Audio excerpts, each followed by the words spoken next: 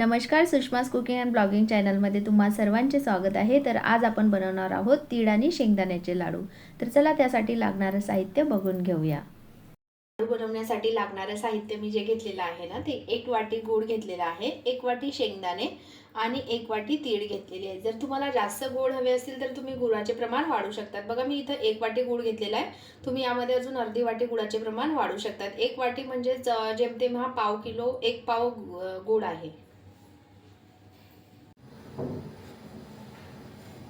सर्वात आधी ना शेंगदाणे भाजून घेऊया।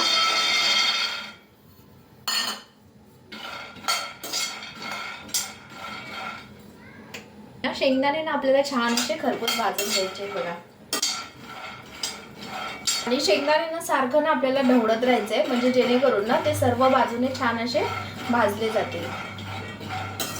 शेंगदाणे थोडे भाजायला लागले ना की गॅसची फ्लेम ना थोडी मंदच करा आणि कमी गॅसवरती हे छान असे भाजून घ्या खरपूस होईपर्यंत। फास्ट गॅसवरती कसे ते एका साइडने भाजले जातात ना, बघा छान आपल्याला याला ढवळत घ्यायचंय।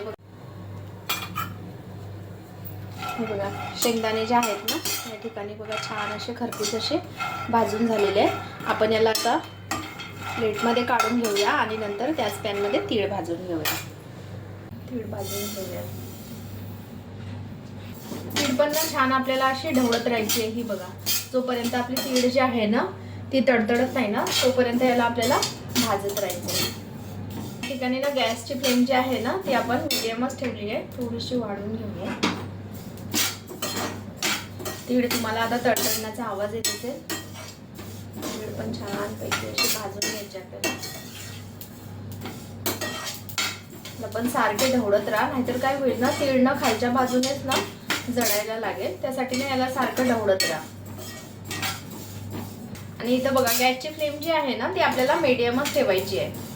हे बघा तीळ ना आता तडतडायला लागलेले आहेत आणि तीळ ना आपले छानपैकी असे भाजून सुद्धा झालेले आहेत। तर बघा मी या ठिकाणी ना आता गॅसची फ्लेम जी आहे ना ती बंद करते। आपण आता छानपैकी अशी साल काढून घेऊया।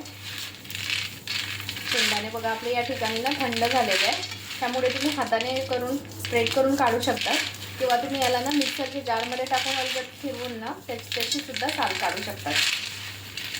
बघा मी या ठिकाणी ना शेंगदाण्याची टरफल जी आहेत ना ती काढून घेतलेली आहे। तर याला आपण आता मिक्सरच्या जारमध्ये बारीक ना याला ना मला आता बघा मिक्सरमध्ये बारीक करताना ना यासोबत ना आपण थोडासा गूळ घालणार आहोत, पण ते जे प्रमाण आहेत ना ते आपल्याला पूर्ण गूळ घालायचं नाहीये। बघा या ठिकाणी ना आपण थोडासाच गूळ घालून घेऊया, जेणेकरून ना शेंगदाणे ग्राइंड करताना ते सुके सुके न होता त्याला थोडीशी गुळामुळे ना बाइंडिंग येईल, त्यासाठी मी इथं थोडाच गूळ घातलेला आहे आता। आणि याला चला आपण आता मिक्सरमध्ये अलगद फिरून घेऊया। हे बघा आपण याला छान असं ग्राइंड करून घेतलेलं आहे, याला आपण काढून घेऊया।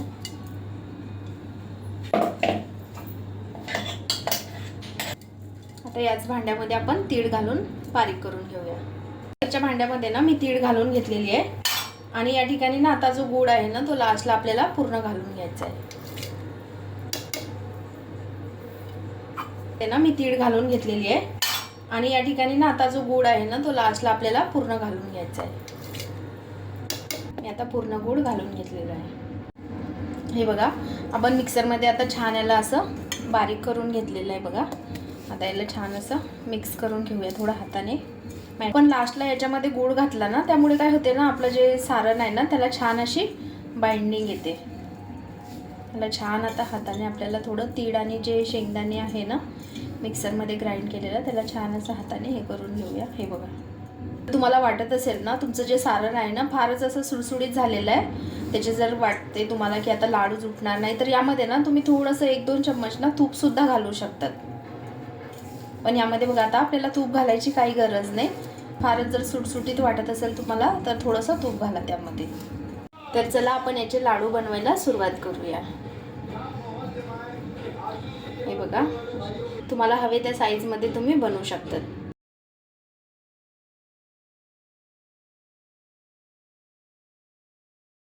तर बघा या ठिकाणी आपले जे लाडू आहेत ना ते बनवून तयार झालेले आहे गूळ आणि तिळाचे। तर हे बघा